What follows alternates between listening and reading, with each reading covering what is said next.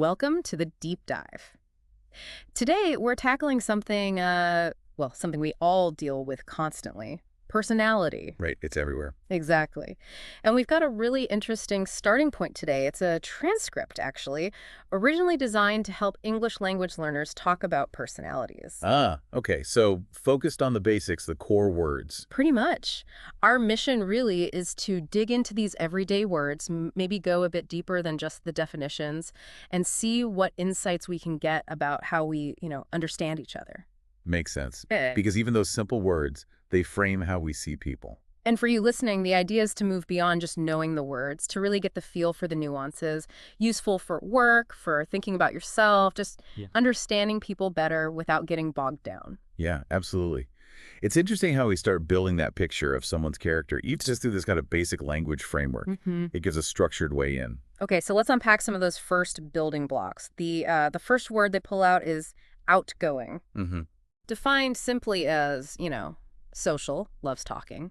And the example is, my sister is very outgoing. She can start a conversation with anyone. Right. Paints a picture, doesn't it? Someone who gets energy from being around others. You can almost see her work in the room. It does. It immediately brings to mind that idea of actively seeking out social interaction. Yeah, and you could think about how that plays out differently, like at a party versus maybe a more formal work thing. Good point. Then, the flip side, shy.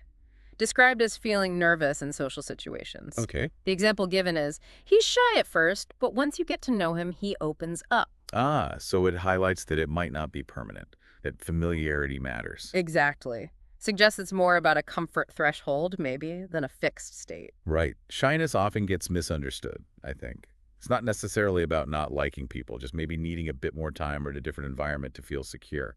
That opens up part is key. Then the third one in this initial batch is reliable, meaning someone you can count on. Crucial trait. Very straightforward example. She's very reliable. If she says she'll do something, she will.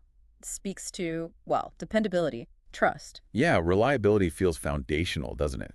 For pretty much any relationship, work or personal. It's about predictability, knowing someone will follow through. Consistency. Okay, so then the transcript shifts gears a bit and goes into a dialogue. This is where we see the words in action. Good. Context helps. So someone named Lisa asks Tom about a new coworker, and Tom replies, he's really friendly and outgoing. He made friends with the whole office in one day. Wow. Okay. Notice the pairing there. Friendly and outgoing? Yeah, the transcript points that out too. It feels natural, right? Like they amplify each other. Definitely. Combining them adds depth. Like friendly is maybe the warmth, the approachability, and outgoing is the action, the engagement. Together, it's a much fuller picture than just one word. Then Lisa comes back with, wow, that's the opposite of me. I'm pretty shy around new people. Ah, the comparison. We do that constantly, don't we? Use ourselves as the benchmark. Totally. It highlights that spectrum of, social comfort or approach. And it's interesting, she identifies as pretty shy. It acknowledges that difference naturally. But then Tom adds something important. He says, yeah, but you're super reliable. Everyone trusts you to get things done on time. Well, that's great. It balances it out. Right. It shows how different strengths are valued. She might not be the life of the party, but her dependability is, really recognized and important. Exactly. It really underscores that there isn't just one good personality type. Different traits are valuable in different ways, whether it's on a team or just in a group of friends. Tom's comment brings that out nicely. So the transcript then flags a few language takeaways from this chat. First, the question itself. What's he like? The standard personality inquiry? Simple, but it works. It's asking about character, not just, what job they do. Yeah, it's an open door, isn't it? Invites a description of their qualities, their usual behavior. Then, as we mentioned, using two adjectives together naturally. Friendly and outgoing. Which just reflects reality, I think. People are complex. We're rarely just one thing, so our language adapts, lets us layer those descriptions. And the last point from the dialogue was using everyone trusts you to get things done as a way to show reliability. Right. It focuses on the impact. Not just, she is reliable, but here's how that reliability affects others. It's about the trust it builds. Behavioral consequences. Okay, so after the dialogue, the transcript broadens the vocabulary a bit more. Introduces hardworking. Okay. Another common one. Definition. Puts in a lot of effort. Example. She's very hardworking and never misses a deadline, linking effort to results. Yeah, speaks to dedication, maybe perseverance. You can even think about how different cultures might emphasize this trait, more or less. True. Next up, easygoing.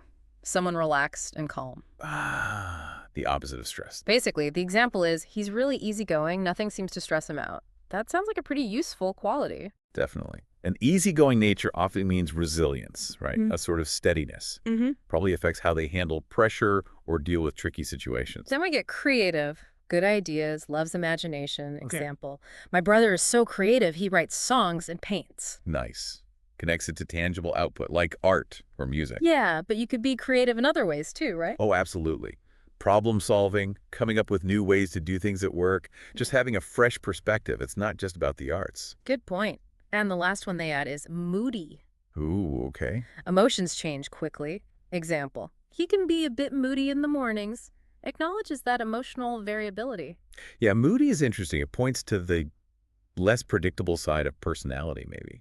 Makes you wonder about what influences those shifts, internal stuff, external stuff. Right. And finally, the transcript just mentions replaying that dialogue at normal speed, hearing it flow. Yeah, which is important. Hearing how those words we just broke down actually sound when people are just talking seamlessly. It really reinforces how practical these descriptors are. They're just baked into everyday conversation about who people are. Totally. They seem simple, but they're fundamental tools for communication. So bringing it all together then, we've covered a decent range of adjectives. Outgoing, shy, reliable, hardworking, easygoing, creative, even moody. Social style, work ethic, emotion, imagination. It covers some key domains of how we describe people. And that dialogue really showed how they get used naturally to build up that impression of someone. Looking at this whole set, you can kind of see the main categories we use to start figuring people out. It's definitely a starting point, a way to appreciate the huge spectrum of personalities out there. So for you listening, maybe take a second to think about the people you know, your friends, family, colleagues. Which of these words jump out for them? And maybe, a bit more personally, which words do you think people might use for you? Are you seen as the reliable one, the creative one, maybe the easygoing one? It's a good reflection exercise. And it brings up a bigger question, really. How much does our ability to actually name these traits, to articulate them, shape how we perceive others, and maybe even how we see ourselves? That's a really powerful thought, and maybe that's the thing to mull over. Understanding these personality facets isn't just about vocabulary building. It's like getting a better lens to see the incredible diversity in how people experience the world and connect with it. What could we learn, really, if we consciously tried to observe and maybe even articulate the traits we notice around us and in ourselves every day? Something to think about. Definitely. Yeah. Thanks for taking this deep dive with us.